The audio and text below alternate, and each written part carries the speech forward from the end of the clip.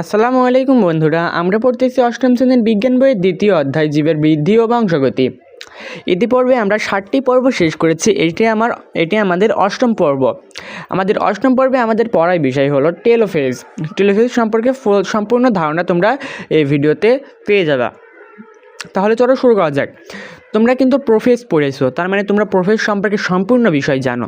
প্রোফেজে কী যা হয় এখানে তার উল্টোটা হয়, আর এখানে যা হয় এই টেলোফেজে যা হয় প্রোফেজে তার উল্টোটা হয়। মানে এই প্রোফেজ আর টেলোফেজ একদম উল্টাউল্টি কাজ করে। প্রোফেজে যা হয় আর এখানে যা হয় সম্পূর্ণই ভিন্ন।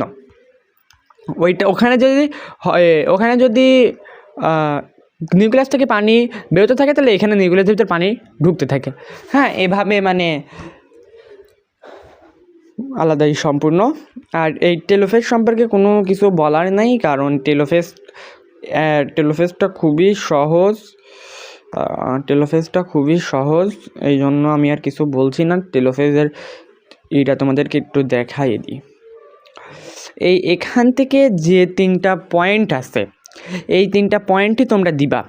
টেলোফেজ যদি চলে আসে, টেলোফেজটা আসে না সচরাচর, কিন্তু যদি চলে আসে এই 3টা পয়েন্টই তোমরা দিবা। আর তারপরে যে আছে তোমাদের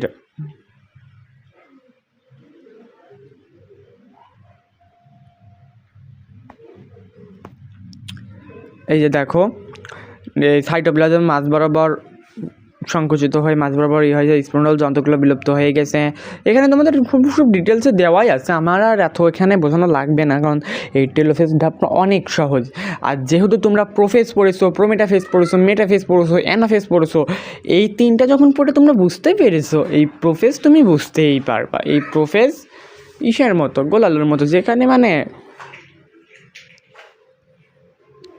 সো বুঝতেই পারছো। তো আজকের ভিডিও এই পর্যন্তই শেষ করছি। এর পরের ভিডিও আসবে আমাদের তো এবার ক্যারিওকাইনেসিস চলে গেল। এই 5টি ধাপ দিয়ে ক্যারিওকাইনেসিস চলে গেল। এরপরে আমরা শুরু করব সাইটোকাইনেসিস সম্পর্কে বিস্তারিত থাকবে আগামী ভিডিওতে। আর আগামী ভিডিওটা কোনো বোরিং টাইপের হবে না, আগামী ভিডিওটা একদম ঝাক্কাস হবে। তো সাবস্ক্রাইব করে পাশে থাকো।